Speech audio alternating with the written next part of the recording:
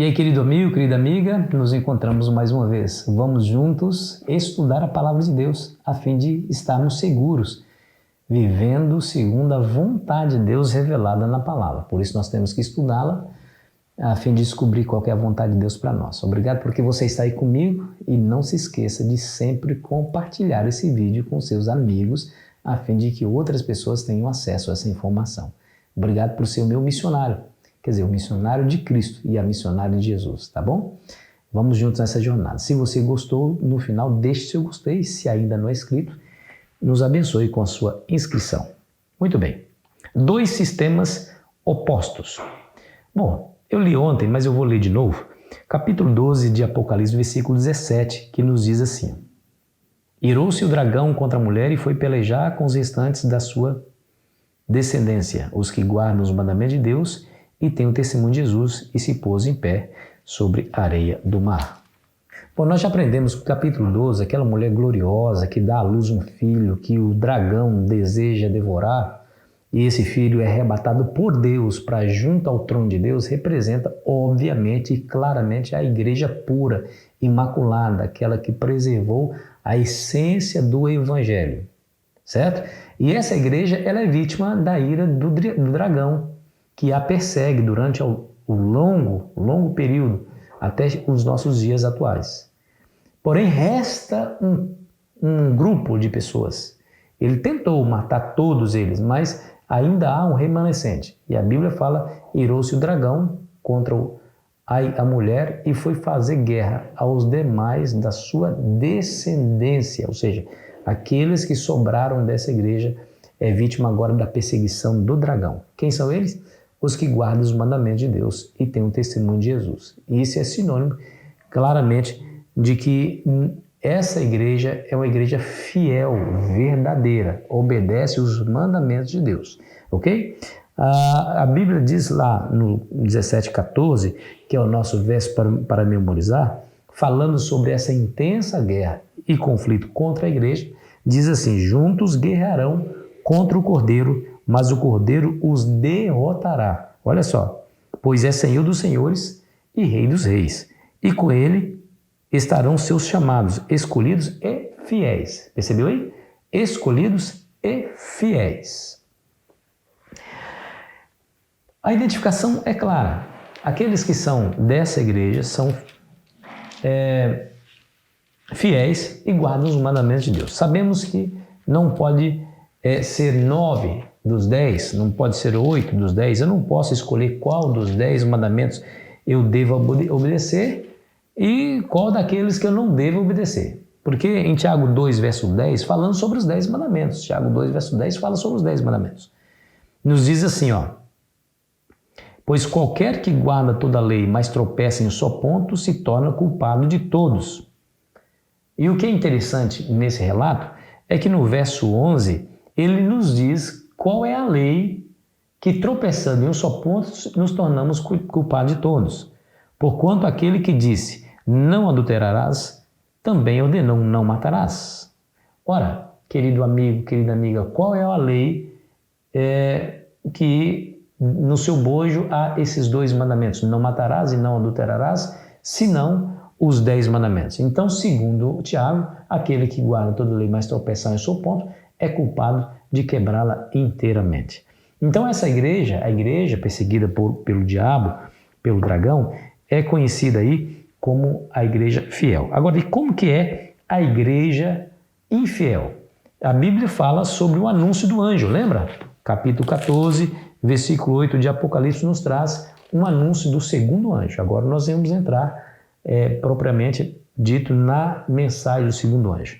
E diz lá, capítulo 14, versículo 8. Seguiu-se outro anjo, o segundo, dizendo, caiu a grande Babilônia, que tem dado de beber a todas as nações do vinho da fúria da sua prostituição. Quando o apóstolo João escreveu essas palavras, no final do primeiro século, Babilônia, aquela capital do Império Babilônico, aquela cidade, já não existia mais, ela tinha sido destruída, era um monte de poeira, de terra, de ruínas. Então, essa Babilônia que João se refere é símbolo de uma outra Babilônia moderna. Ou seja, há aqui uma comparação, queridos. Da mesma forma que Babilônia se opôs ao povo de Deus, na época de Daniel, por exemplo, foi Nabucodonosor que invadiu Jerusalém, destruiu o templo de Jerusalém, levou cativo os judeus para a terra de Babilônia, ou seja, se opuseram ao povo de Deus, os babilônicos tentaram destruir o povo de Deus. Assim haveria de surgir um outro sistema, que haveria de usar a mesma força para tentar destruir o povo de Deus no tempo do fim. Ok?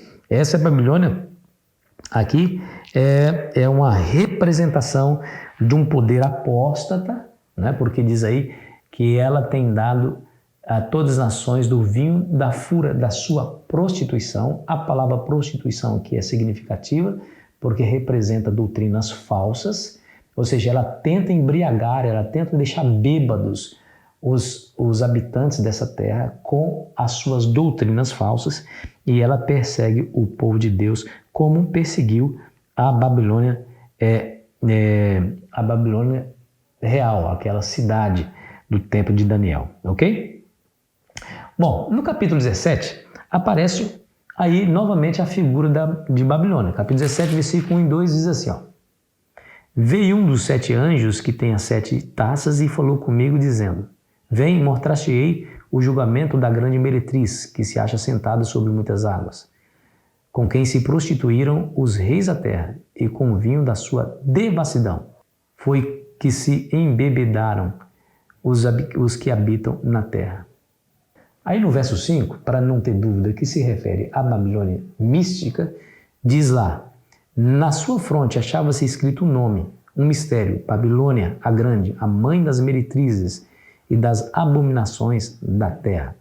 Agora você repara que essa Babilônia prostituta, esse sistema religioso que tenta desvirtuar a mente dos habitantes da terra, tem uma influência vasta mesmo.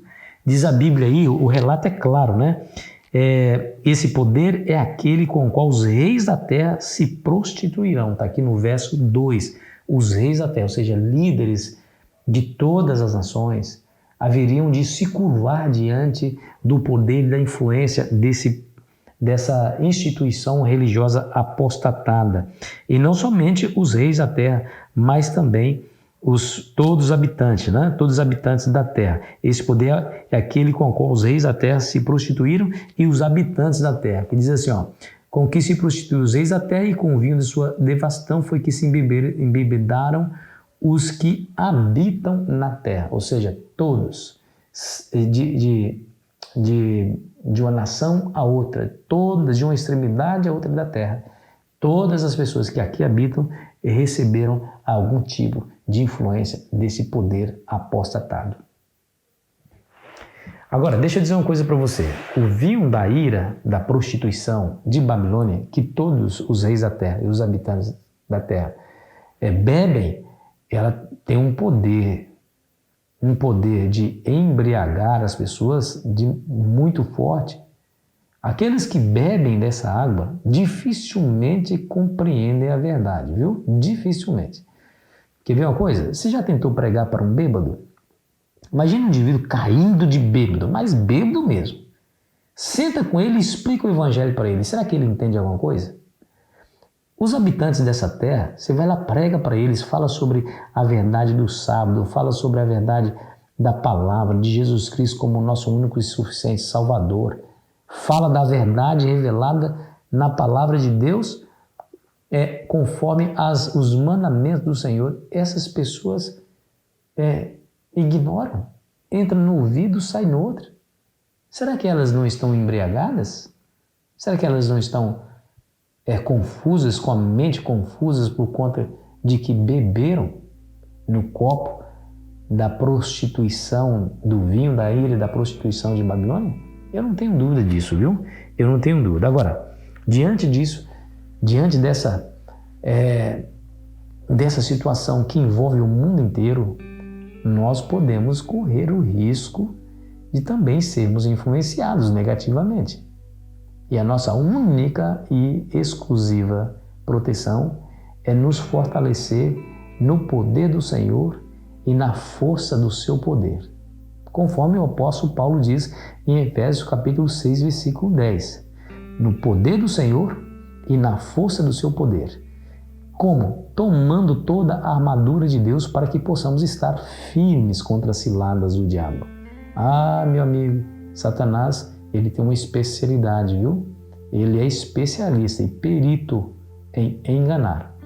Ele é o grande enganador. Ele usa dos seus subterfúgios, da sua experiência, da sua inteligência para levar as pessoas cativas ante ao seu engano. E a nossa única salvaguarda é nos refugiarmos na palavra do Senhor e na oração. Se assim você fizer, saiba que os enganos de Satanás serão revelados para você, de maneira que você possa evitá-los. Esse é meu desejo para você, essa é a minha oração por você, para que realmente você seja aquele que o Senhor está guardando sob a proteção das suas asas. Vamos orar? Ó Pai querido, amado, nós pedimos ao Senhor que nos ajude a sobreviver nesse grande conflito onde Satanás faz de tudo, mas tudo para nos enganar. Nos revele a Tua vontade, Senhor, na Tua palavra, de maneira que ela fique clara, límpida, diante de nossos olhos, a fim de que possamos escolher bem. Pois nós pedimos em nome de Jesus. Amém. Foi muito bom estar com você, querido amigo, querida amiga. Amanhã continuaremos a nossa jornada. Eu fico esperando você ansiosamente. Aproveite bem o seu dia.